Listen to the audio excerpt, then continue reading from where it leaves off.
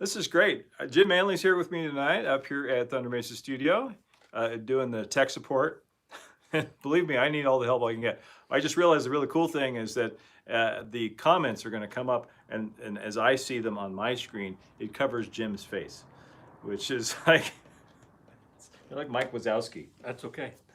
I was on TV. I was on TV. How is everybody doing tonight? Let me check the messages here. Oh. Hi, Lynn. Hi, Bill, Mike. Paul. Lynn. Greg. Someone named Livestream1. Did you just create that handle just for tonight? Paul, how you doing? Bill? Mike McCauley, Robert Goslin. What time is it? It's train time. It's train time. That's right. Well, hey, it's November, and the third Wednesday of the month was day before yesterday. So we're doing this a couple of days late. This whole month, man, I've been like, I don't know what it is. I can't seem to get caught up on anything. Like there's a video supposed to come out tomorrow. I don't know if it's going to come out tomorrow. Just letting everybody know it might be delayed a day or two because I'm looking at it right over here and it's not finished yet. The next project in the Santa Fe and St. Nick series. I hope you guys are enjoying that. You know, that was not something that was really planned. I kind of was looking around the studio one day and I realized, well, I've got this HO thing and I've got this HO thing and I've got this HO thing. And people have been asking me if I was going to do a Christmas theme layout after doing Gruesome Gulch, the Halloween theme layout. And I thought, hey, yeah, that's a good idea. And I'm going to do something for beginners and something I can get done in a month rather than in 2 years, like Gruesome Gulch took. So been working on that pretty hard. The next episode in that little series is going to be about track and terrain. And I'm using Kato Unitrack, and I'm carving all the rocks right now out of that extruded gold, what is it called, Thermax or Sika insulation foam. Not my favorite material, by the way. Someone asked on the video, why didn't you just use polystyrene foam, the usual pink stuff like I use all the time? And now I'm looking back at that going, you know, maybe I should have. Well, you don't learn from not experimenting. Exactly. I wanted to try something new. And like I said in the first video, I saw what Gary, our friend Gary Beatty had done with it, and Scott Carter, and other people have been picked up on it, using this foam to make rock work, and it looked great. And I thought, well, I'll give it a try. It's been interesting. I think I know why this is going a little bit slower. Why? Because you have to stop and clean up the I have to clean dust. constantly. That's right. It makes a huge mess. First, you got to take the foil off of it, which you don't have to do with the polystyrene stuff. And that is a major chore. And then when you carve it, it makes a huge mess, especially if you're in a dry climate like we are here in Arizona. You have the whole static electricity issue.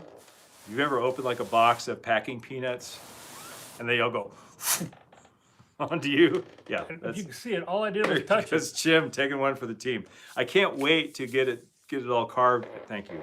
And get a coat of paint on it so the dust stops. That's what I'm really looking for. Getting that first coat of paint on there so I don't have to worry about the dust anymore. After that, it's going to be fabulous. The rock work's going to be great. So, looking forward to getting that going. Looking forward to getting it to the point where I start adding the snow and the buildings and making it feel Christmassy. Because right now it's, I'm calling it a Christmas layout, but it just looks like any other layout. Here, let me give you a little preview here. Just over that way. There it is. See the pile of tools and the mess? That's where it is right there. So far, so good. Oh, let's see. Get caught up on the comments here. Everyone's just saying howdy, hello. A lot of usual friendly faces. Thank you guys all so much for tuning in tonight. Exactly. Dave tries the stuff, so we don't have to. That's right. I tried it so you don't have to. So, you know, I'm making this. You guys are mostly my regular people to watch. So I'm making this series for beginners because so many people enter the hobby this time of year around the holidays. And think, well, they'll learn a lot with this phone. They might. I hope it doesn't discourage them. It's not that bad. You know, I exaggerate. I'm making it seem worse than it is. No matter how you do something like this, and I'll probably say this in the video, it's going to be messy. Making is messy. Making anything is messy. You're going to make a mess. I do tell people, don't do it in your living room. You know, do it in the garage or the backyard or something. Don't carve this stuff in your living room. Wear a mask, breath protection, because it creates a lot of tiny little pieces of dust that you don't want to be breathing. And don't do it in your living room because your significant other, your spouse, will probably divorce you. Unless you want fresh snow in the living room. Unless you want fresh snow, fresh yellow snow in the living room. Let's see. Let me bring this a little closer so I don't have to lean over like an old man.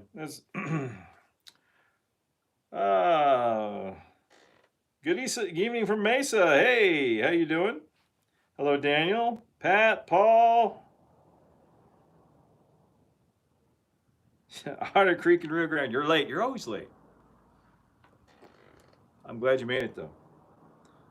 Holger says, good morning from Germany. I was just in Germany earlier this fall, and it was wonderful. We were there in September, and I love your country. I had a wonderful time.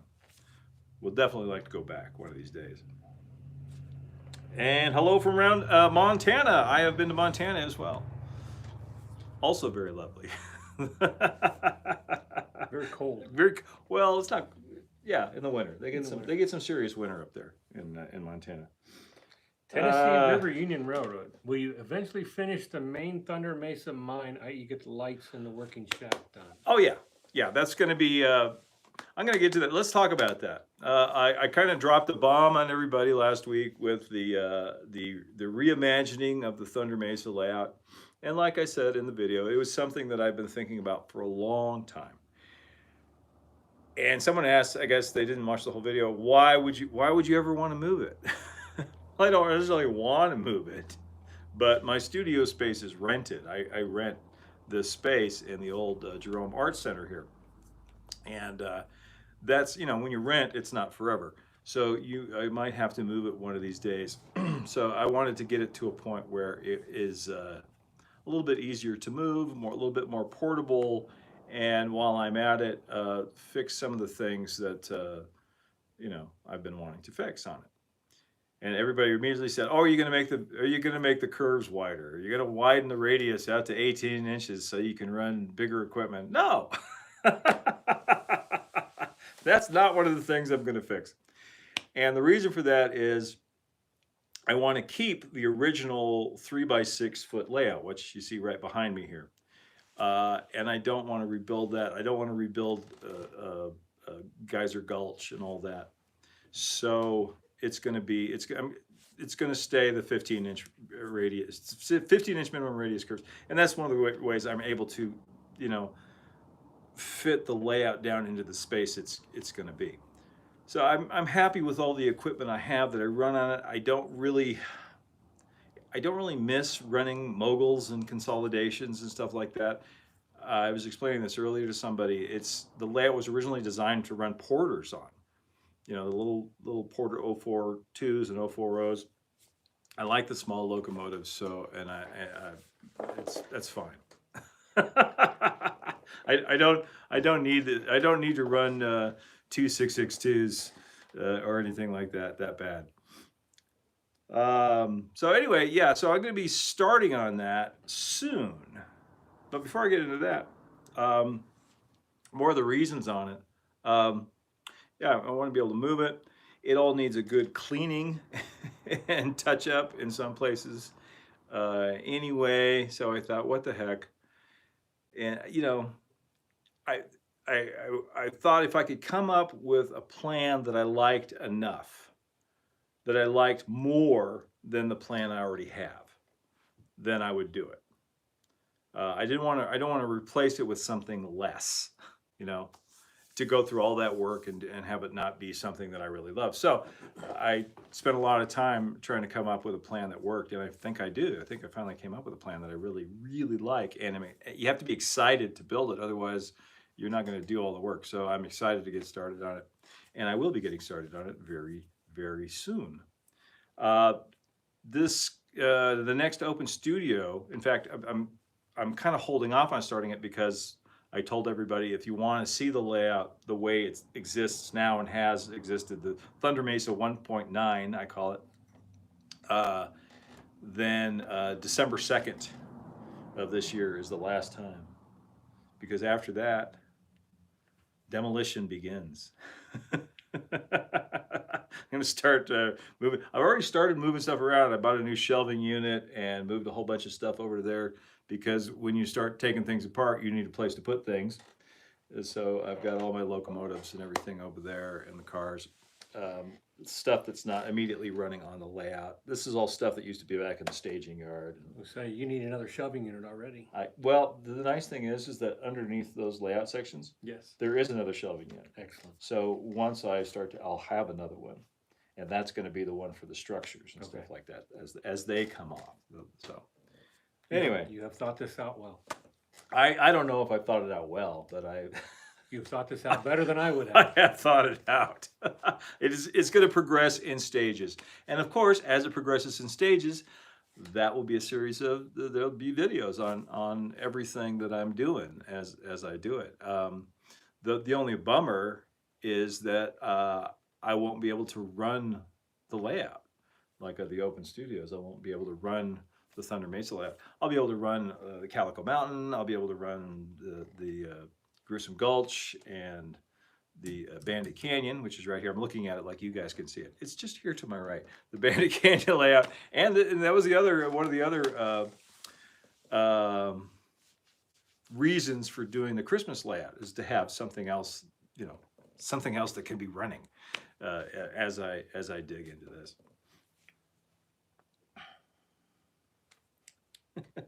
Daniel says it's hard for some folks to understand. You just don't want to run big equipment. Yeah, it's just I like the small equipment. I like it's just my preference. I like that kind of industrial narrow gauge equipment. That's just my favorite. James G, this is another question I get all the time. You never want to have elevation changes on your layout. I have in the past, and I will again. The new plan, if you look close, you'll see some little numbers in white circles, and those are elevation changes. It's actually going to rise all of 1 inch, 4 scale feet, from the front to the back. So the rear part of the layout will be 1 inch higher, and the only reason for doing that is because it creates more visual interest. It looks more interesting to have the trains in the back a little bit higher, but the grade is going to be like 2% or less for it to come around.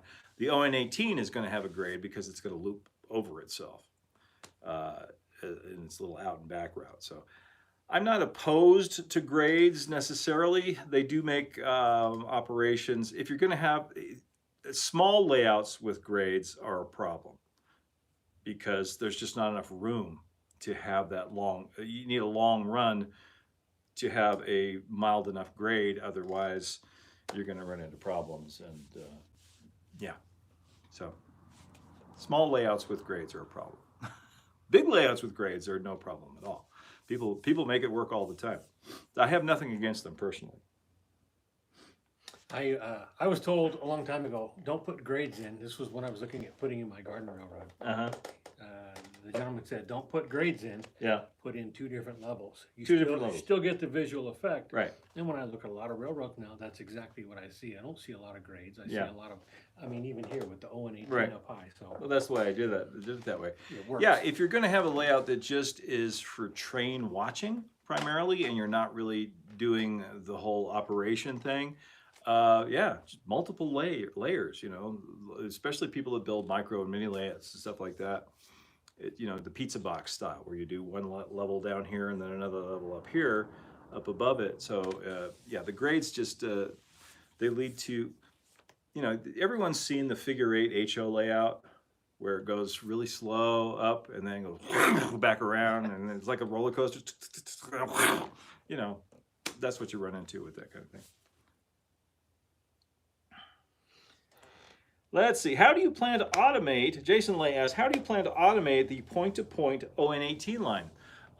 There is a product out there from Iron Penguin Electronics, people who created my thunderstorm effect that I have on the backdrop, where rather than, there's a couple of different systems. There's one that uses an electric eye, basically. So when the locomotive or the cars or whatever trip this, it reverses the polarity. There's a slight delay. You can set the delay for 1 or 2 minutes or 5 minutes or however long you want it to sit there at that stop, and then it'll reverse the polarity and go back the other way. The problem with those systems I found is that any change in the light is going to cause the thing to trip. You have to have a good state, like a lamp above the electric eye, so that it's a good steady light source. The Iron Penguin one uses a section of track with a detector in it. It's kind of like a lot of the trolley sets that you see, and you can actually slow the train down. The other system, it just goes and stops. We've all seen these, right? It just stops and then starts up again at full speed. The system I'm looking at, it comes in, slows down, stops.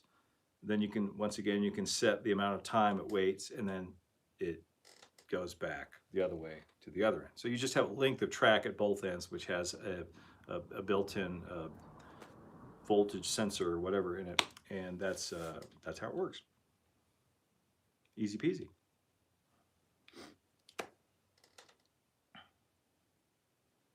Let's see. Mike McCauley says, just don't order your demolition dynamite from Acme. Their dynamite works great. You just don't have a coyote do it. You don't just have you do it yourself. You don't have a coyote do it. Or goats. Goats eat it. Let's see. You have Astromotive's question there. That was a good question about the map. How is this going to change the world map? I'm curious about something. Yeah, this is Astromotive. This is a great question. I'm curious about something. Will this reimagining of Thunder Mesa lead to a redo of the railroad world map portrait? Oh yeah, the one that shows the whole system and its existence in the real world and how it connects to the Grizzly Flats and the Santa Fe, Denver, Calwood, and the narrow gauge circle and all that. It will affect that map, the way the map looks, but it won't change the story. The story will be the same. The operation will be the same. So yeah, that whole thing was done to explain away the original staging yard. And since the original staging yard is going away, there'll be a new map like that, but the story and those stops in the outside world will still exist. I have to, because they're on the order boards of the stations. They're in the little chalkboards. All of those stations are still there. So, I've seen several comments go by about writer's block, trying to draw your layout or design it. Yeah.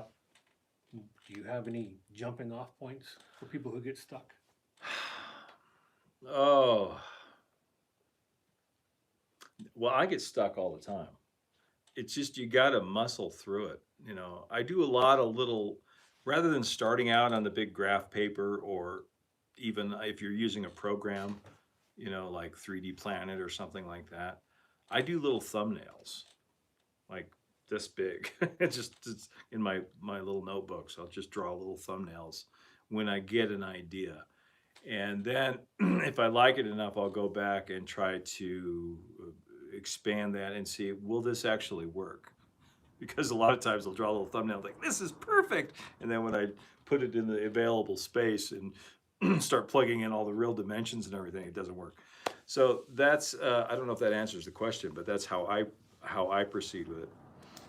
One option I would do and have done is physically visualize it. Yeah. Get some small boxes, animal cracker Oh, yeah. boxes, Yeah. cans, and set stuff out. In lays the it up, actual space. set it out. Take a dining room table and Yeah. just set it out. Mhm. See how things would fit together. In something that's equivalent to the space that you're Yes. going to use. Yeah, Yes. yeah. Use cereal boxes or whatever, and see how it's gonna fit. Another thing is I always start with the curves. You know, when drawing a plan, start with curves because those take up the most space, and those pretty much define where everything else is going to go. So you know, start drawing circles, and then you know you connect them up. Sometimes it works, and sometimes it doesn't. The nice thing about 3D or 3D Planet or other rail planning software is it'll tell you right away it's not going to work. It'll tell you that's a 12% grade. That's not going to work. Or they don't make a track piece. There are no track pieces like that will fit there. The switches, you made an impossible switch at a right angle. You know, things like that.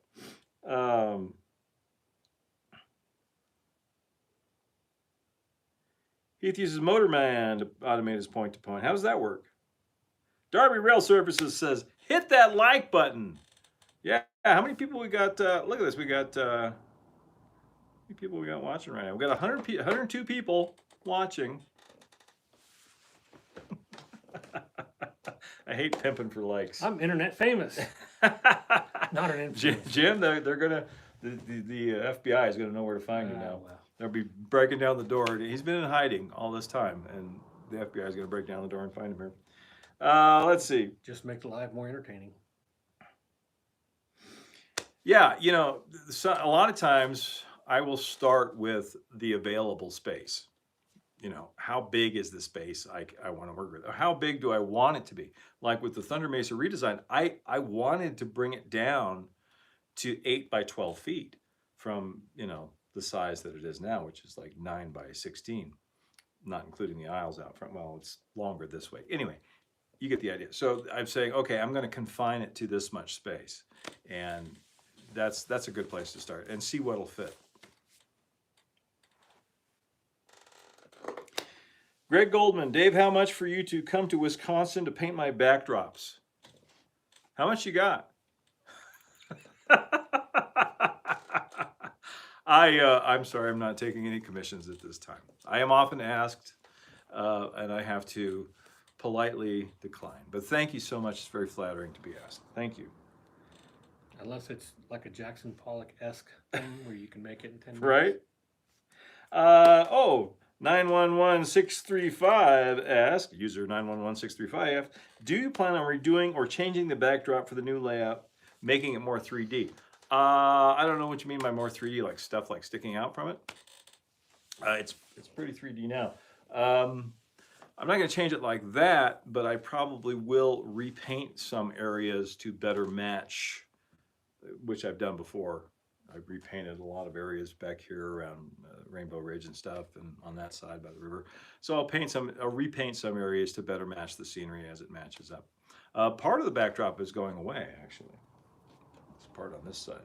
And I was just telling Jim this before we went on. I'm going to be taking down the backdrop on this wall and opening this up.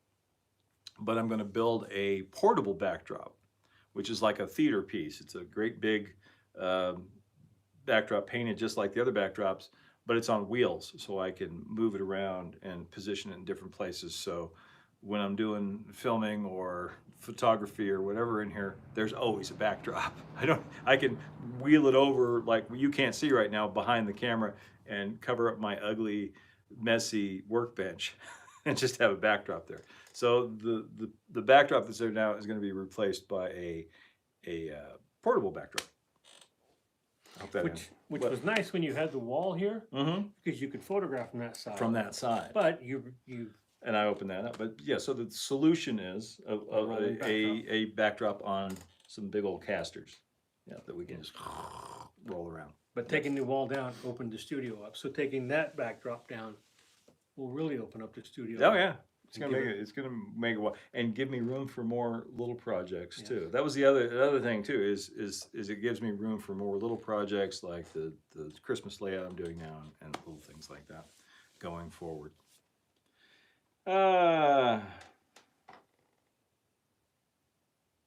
Lynn McCurdy says, I come up with some great ideas, usually around 3 a.m. That's when I have the breakthrough on the new Thunder Mesa plan. I was just telling Jim that is about 3 o'clock in the morning. I'm like, because I was thinking about it, I was drawing all kinds of, I had like pages of plans that I'd done that I didn't like. You know, I never got past the really light pencil stage. I kind of lightly pencil it in just to see if the track plan is going to work. And I went home, I disgusted that I couldn't come up with it. And about 3 o'clock in the morning, like, aha!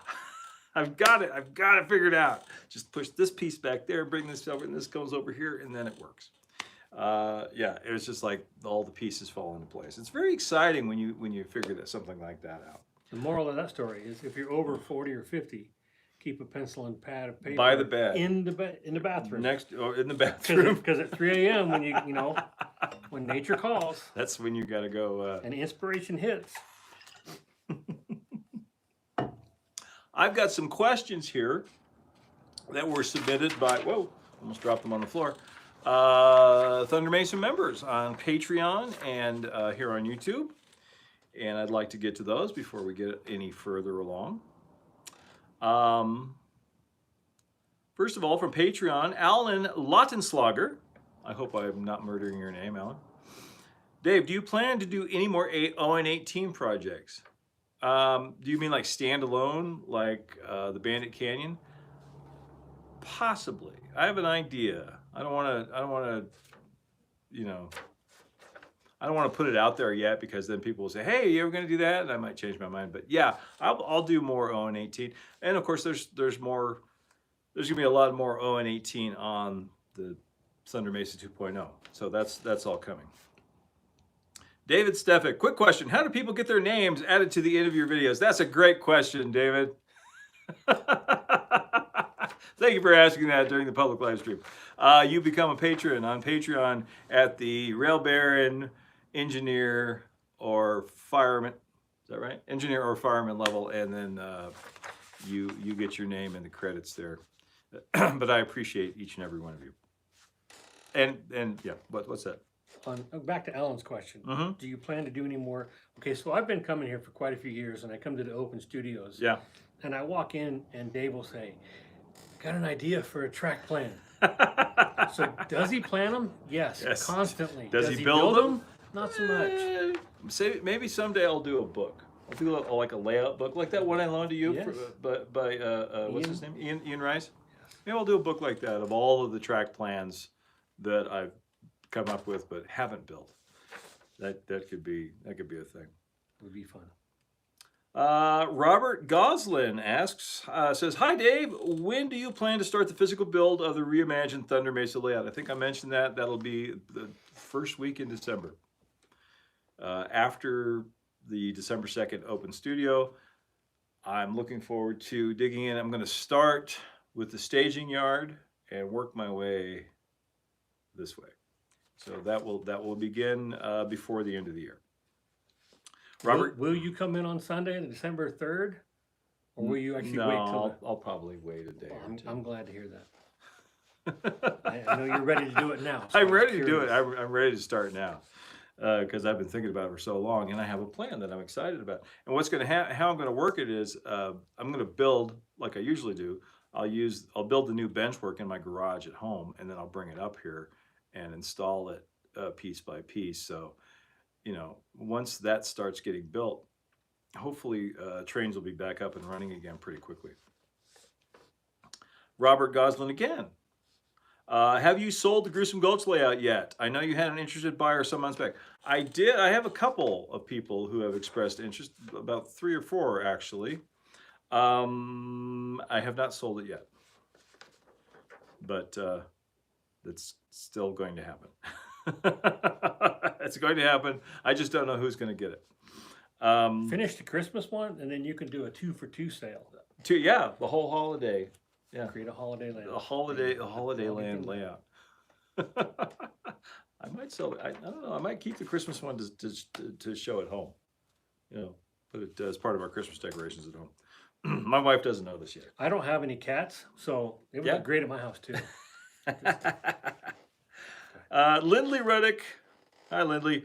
Do you plan to make stickers for the Santa Fe and St. Nick? You know, if I was really one of these people that was on top of things, I would have planned to make stickers 6 months ago, because now it's, you know, it's almost Christmas and it's too late. You know, if I made them now, I would get them. I would get them in 2 weeks, and then I would have to, for people that wanted, and then I would send them. You know, you might get them by Christmas Eve. If I was going to do them, I might, but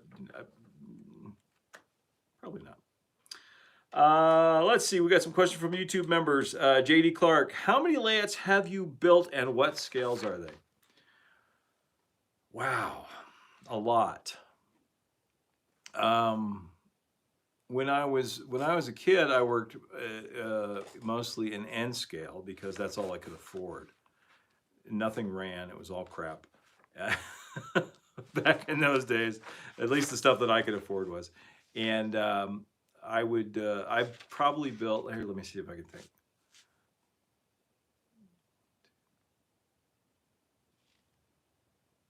Probably built 8 N-scale layouts. And each one I would take it apart and then use the parts to build the next one, and so on and so forth. And then HO, only a couple of HO. This is like my 3rd HO layout, this Christmas one I'm working on now. And ON30, I had a little diorama. Yeah, so, you know, I probably built about, all told, about 12 or 13 layouts. None of them have gotten finished to the stage that the Thunder Mesa layout has yet. Which is why I want to tear it down and start over again. That's more finished than this one is. That's true. Gruesome Gulch, I totally forgot. So like 14. So I'm sitting here looking at it and totally forgot it. And Bandit Canyon, so 15. So ON18, ON30, HO, N-scale, all the usual stuff. I had a crazy idea at one time to do something in 1/8 inch scale, 1/96. And you talk about having to scratch build everything, because there is nothing available in that scale. And what attracted me to is, you know, some people were doing ON, it was like the same idea with ON30, but rather than modeling HON30, HON3, because at 1/8 inch scale, N-scale track and gauge track at 9 millimeters is very close to 3 scale feet. That never went anywhere. I built one boxcar and decided that, man, it's going to take a long time to make a whole train. Lynn McCurdy, have you given thought, I'm sure you have, about moving to a new location? Yes. This is a constant source of ongoing negotiation with my wife about, you know, where we'd eventually like to end up. Because I'm not getting any younger, and I can't rent this space forever. So I have thought about it. There's some places in the world that we really like. You know, we really like where we are now. There's just no room for the layout there. You know, I like Flagstaff. I like over in the Owens Valley area. This will make you happy, Lynn. The Owens Valley of California, just north of you, down there in Ridgecrest. I really like that. So we talk about different places, and, you know, we might stay here, and I would find another spot to put it here. And yeah, we thought about it, but there are no concrete plans.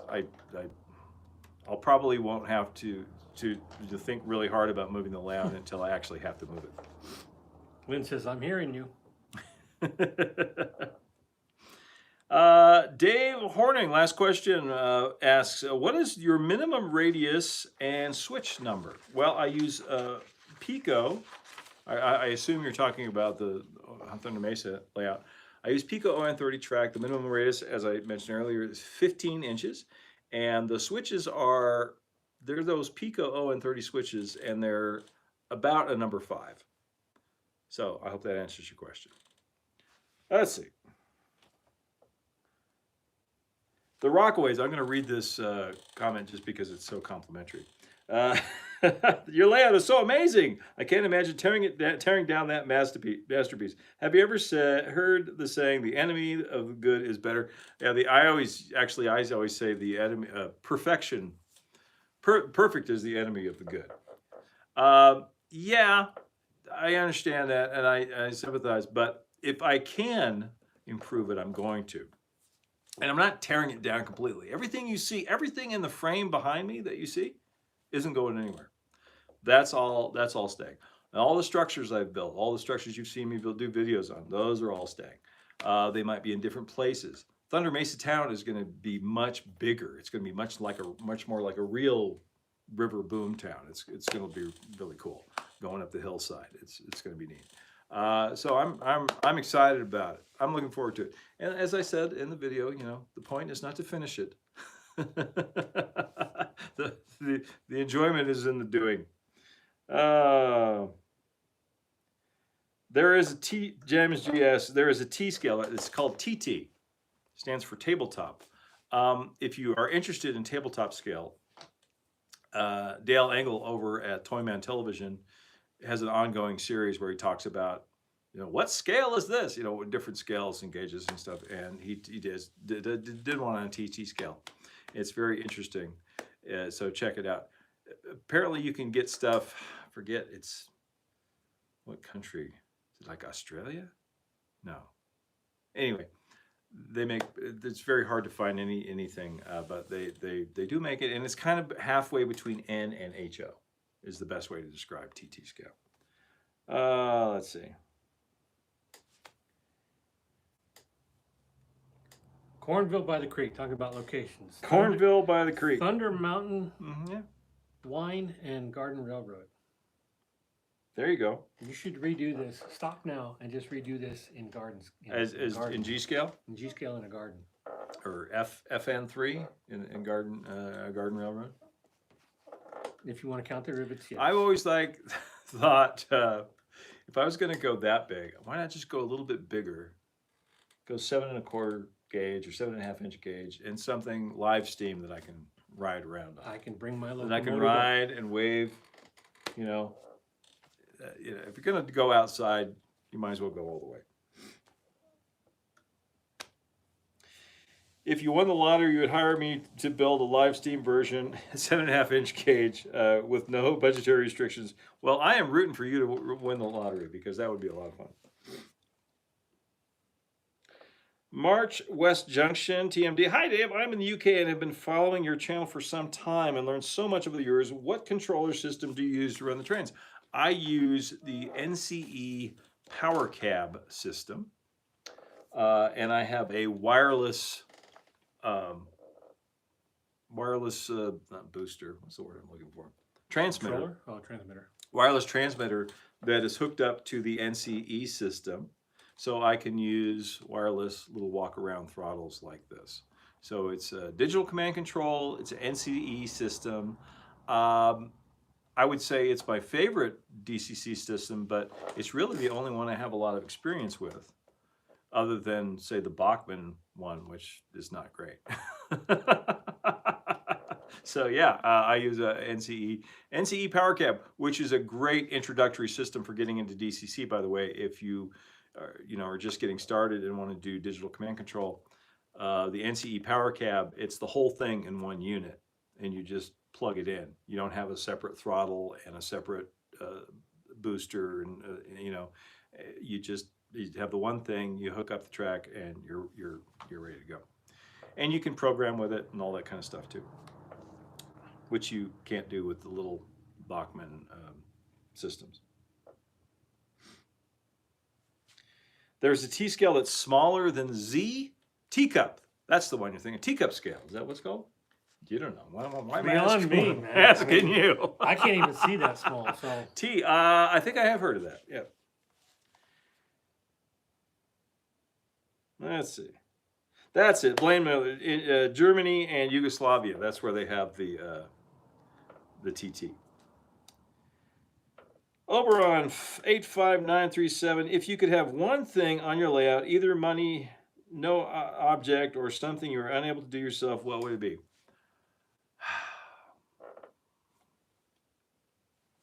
Miniature people, real people. I would shrink myself down Exactly. to 1.5 inches tall, and I would live there.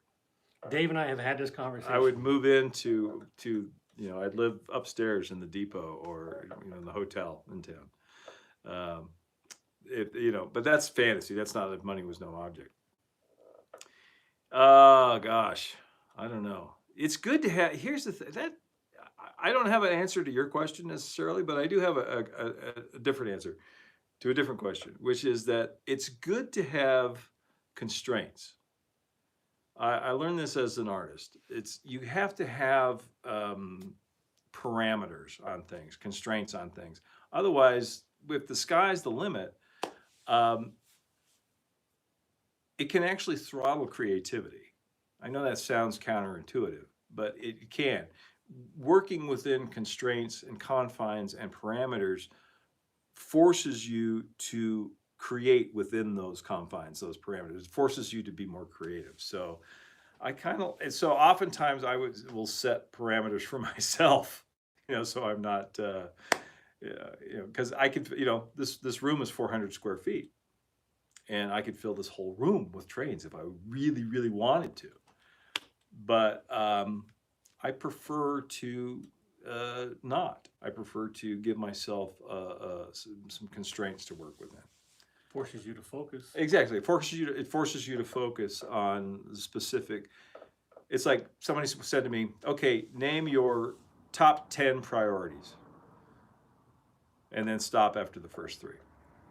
Because the rest of them are not priorities. It's only the first 3. Anything other than that, it becomes just a list. We had a discussion at work. One of the guys I work with mentioned, we were talking about priorities from our customer. Yeah. These are our top priorities. Yeah. And he looked up the etymology of the word priority. Yeah. And it goes back to one. Right. Prior.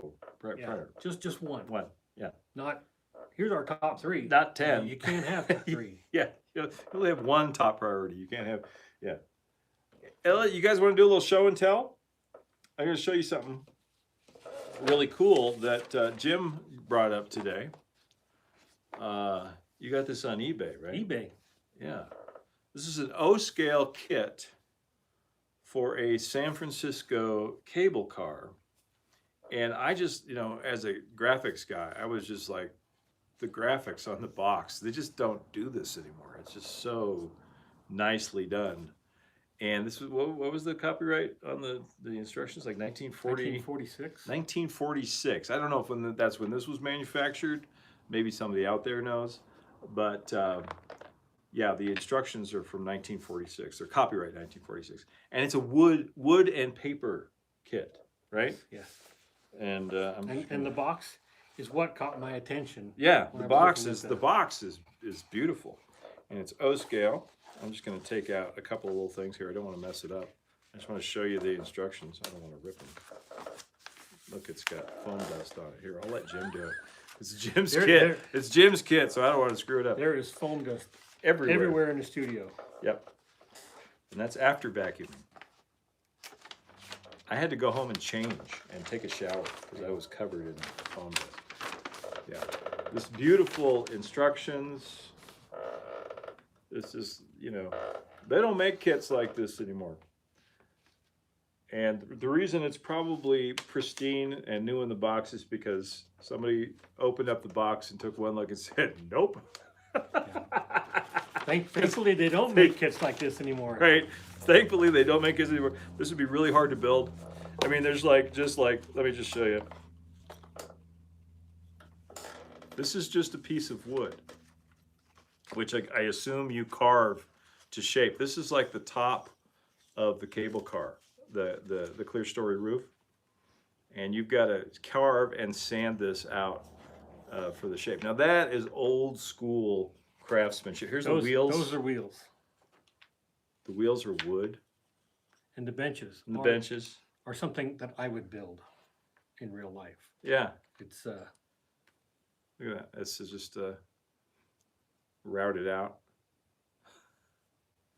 I just love that. I'm very careful with this. I almost want to frame the instructions. Yeah, Just kind of that would be really back in the cool. box. Yeah, but then you want to keep it all together though too. Yes. You're not going to build it? In all my spare time. We'll see. Just go back in there like that. Turn the other way. The other way? This way? Ah, you're Short right. box. You're correct. I'll put that in there. So I just, Jim brought this up and I thought that was really cool and I wanted to share that with you guys. A model kit for the model builder is their slogan right there. Who made this? What's the company? Western Allied Products Company, San Francisco, California. This is the same age that Roy Reynolds is, he says. Yeah, that's beautiful. This is just something to collect and hold on to. Yes. Here, collect and hold on to that. Stick it up there on the foam desk. No, don't put it down there. That's better. So that's pretty cool, huh? Why do the colors of the wall keep changing? The colors of the wall, here, let me see if I can. There, see that? It's not the color of the wall. I know it's really annoying and I'm trying to hold still so it doesn't do it. If I stay right here, it won't do it. It's the autofocus on my camera is doing that. When Dave wears a hat, it does that. If I take my hat off, see, it makes it worse when the hat's off. Then Because it's like shining off I my forgot forehead. mine and look at It's blinding people. I realized it and I thought, oh my gosh. Do I go find one of Dave's hats? You can borrow a hat. You can wear the pith helmet. You'd look good in the pith helmet. That's why. I'm sorry. I know it's kind of annoying to see that constantly changing like that. Yeah, that's... God, I barely moved and it did it.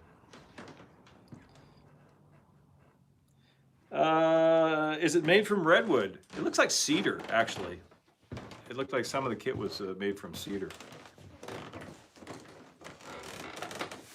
George said, I love building old craftsman kits like that. It's literally just a box of wood. Yeah, you remember the old LaBelle? Dr. Falls, I presume? This is Albert Falls. The old LaBelle kits for coaches and box cars and they had all kinds of really cool. I built a couple of those back in the day, the old LaBelle kits in HON3 actually. That's another one I left out, HON3. I started and never finished an HON3 lab. Inspired by Malcolm Furlow's San Juan Central. And those MDC Roundhouse consolidation kits. He built two of them. He had two of them as locomotives on the San Juan Central. And all I can say is it's a good thing it was a magazine series and not a video. Because those things were really tough to get running and keep running. Modern technology is great. The things they say, they don't make things like they used to. Thank goodness. I love the old school craftsmanship. Don't get me wrong, it's beautiful. But as far as the kits and the electronics and model trains are run so much better now. I mean, you can get stuff that runs better now, right out of the box, ready to run. That's a mass-produced item that runs better than the old brass stuff that you would pay thousands of dollars for back in the day. Yeah, the Cato one or not? Cato? How do you say it? I've decided on Cato. That's what I've always said. That's probably wrong, but I've got to pick a pronunciation. Let's influence the internet. We'll be internet influence Cato, everybody. It's Cato. Say Cato from now on. Yes, the Cato, those little Cato drive units. Yes. Those are amazing, yeah. That and a little, PWM controller. Mm-hmm. And I was amazed at even with how dirty the track was at Gary's. Yeah. My little thing just kept it went all day. Yeah. Without a hitch. Yeah. Let's see.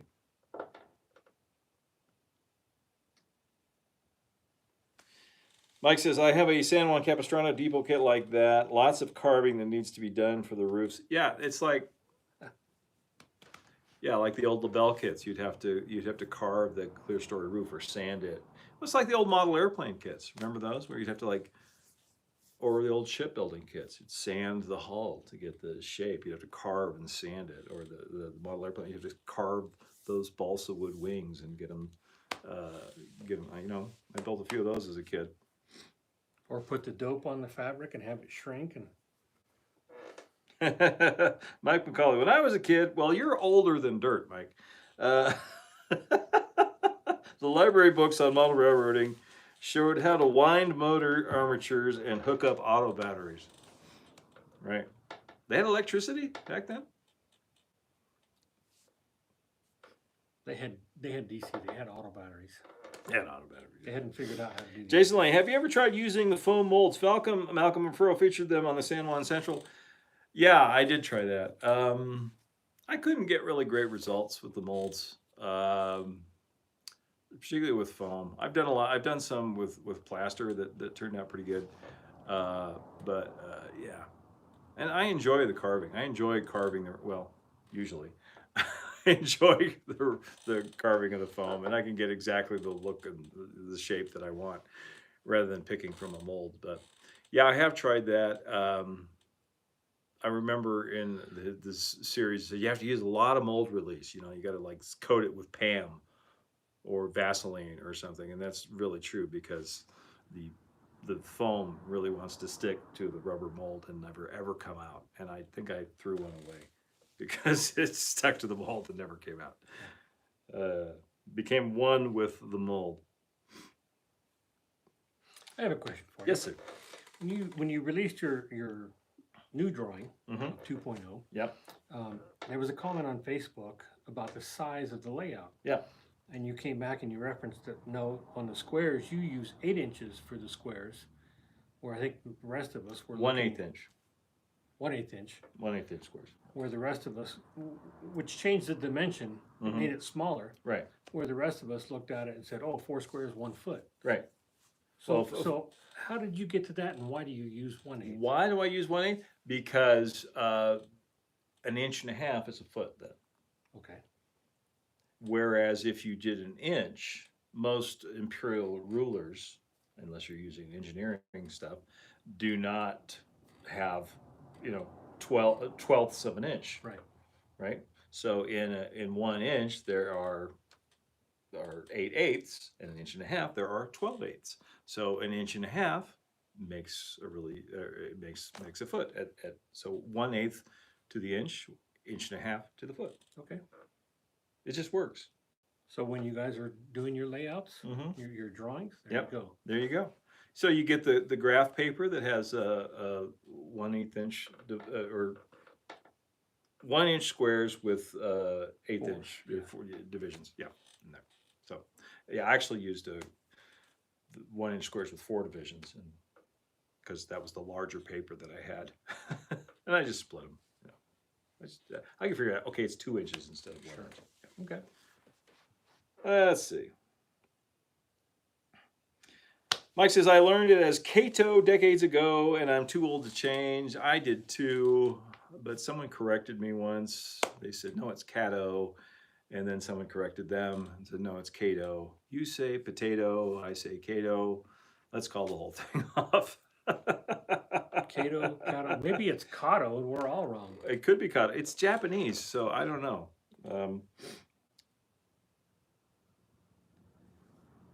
If you have an L extension on your layout, this is James G, would you make the extension modular to help with transport? Everything is going to be modular. Everything is portable. Everything must go.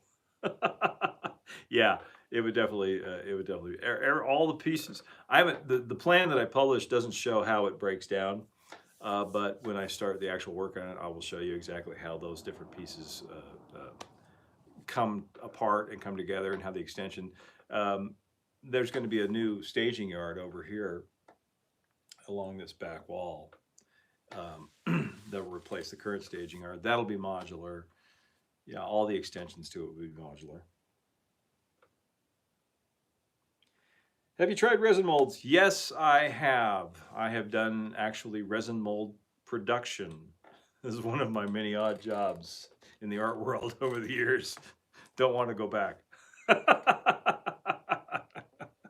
When we were doing model kits, Jake Johnson and I, when we were doing Crescent Creek Mountains. Oh, you should cast this piece out of resin. I'm like, no. There are people that do it and do a great job, and more power to them. That's why you just 3D design them and print them on a 3D printing resin. is yeah. No more molding. Let's see. Ryan Gallagher, I get to run, in quotation marks, the original SJC with Charlie Getz, as in watch the one goose that would make it around. Yeah, Charlie did a ton of work on that layout. Charlie was the third owner of that layout, or fourth owner. The third owner before Charlie was James Powell. Did you know this? Jimmy Powell. I did not know that. Jimmy Powell found it in a leaky old shed for sale and bought it. And he's the one that sold it to Charlie Getz. And he did a little work on it, and then Charlie Getz did the rest of the work on it. And it actually runs quite well now, from what I understand. Far better than it ever did back in Malcolm's day. Let's see. Well, we're about out of time. Did you do a walkabout? This hour? No, I'm not going to do a walkabout today. It's. I could show you. Do you guys want to see how big of a mess the studio is?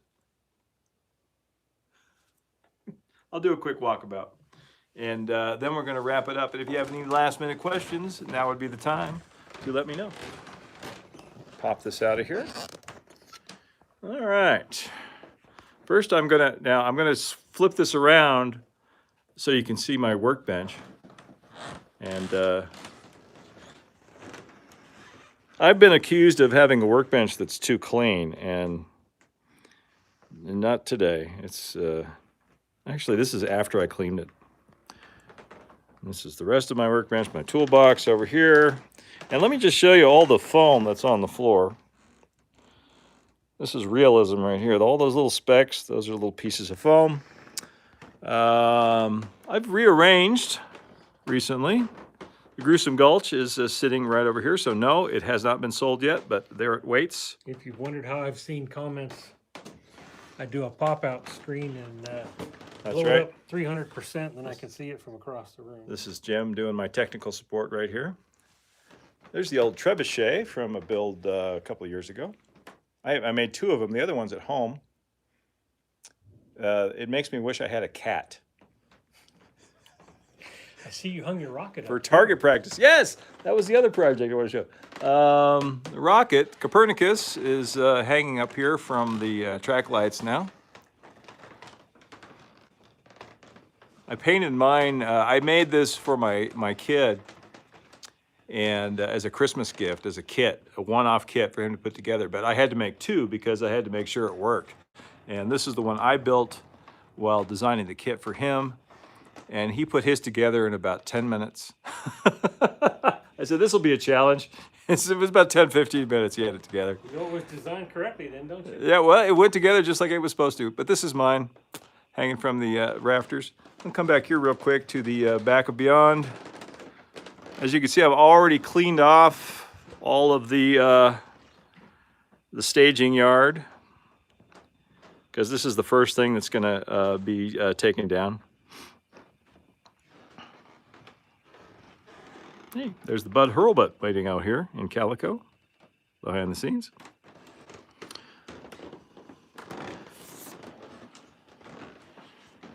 Bandit Canyon,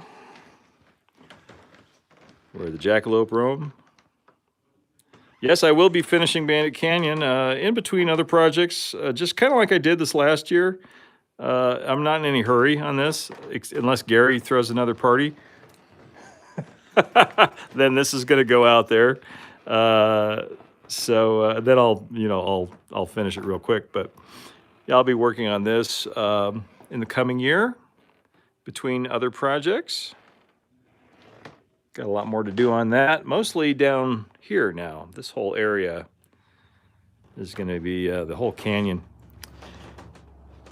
And, well, I just realized this is probably the last walkabout I'll do with the layout in 1.9 mode. This is Calico Mountain. town of Calico. All of these structures will be reused on the new version and more. Coming back over here, there's the cabin. This cabin is based on the one that used to be at Big Thunder Ranch at Disneyland. So I'm going to move it over to the Big Thunder area of the layout. That seems appropriate, along with Mickey Moo. Haven't decided where Walt's Barn's going to end up yet. There's a mouse trap. We do have mice here at the studio. It's an ongoing battle. And Rainbow Ridge.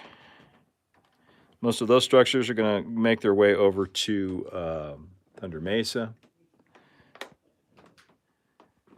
Unfortunately, most of Hanging Rock is going to go away, but all the structures will be repurposed in different areas. And then everything over here is going to stay the same. All of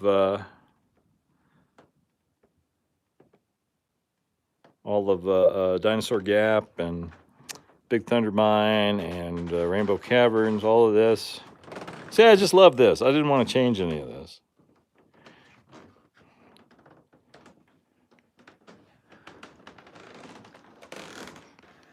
Some stuff I'm getting ready to deploy on the Christmas layout there. A little preview here. Here's the depot.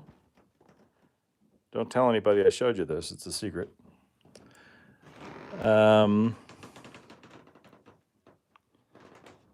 This is the Big Thunder section.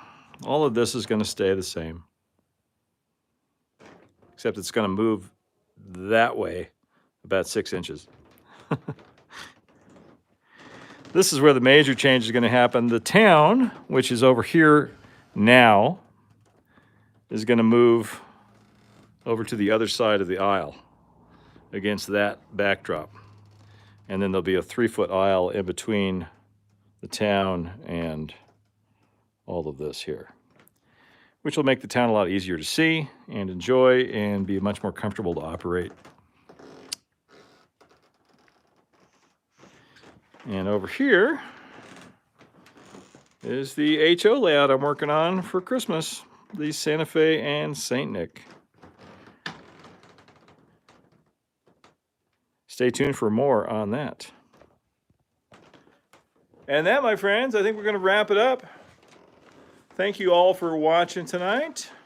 Jim, thanks for joining me. Thanks for being here. Thanks for being technical support and moderator and all-around swell guy. Thank you for all your teachings that you share with everybody. Oh, you're welcome.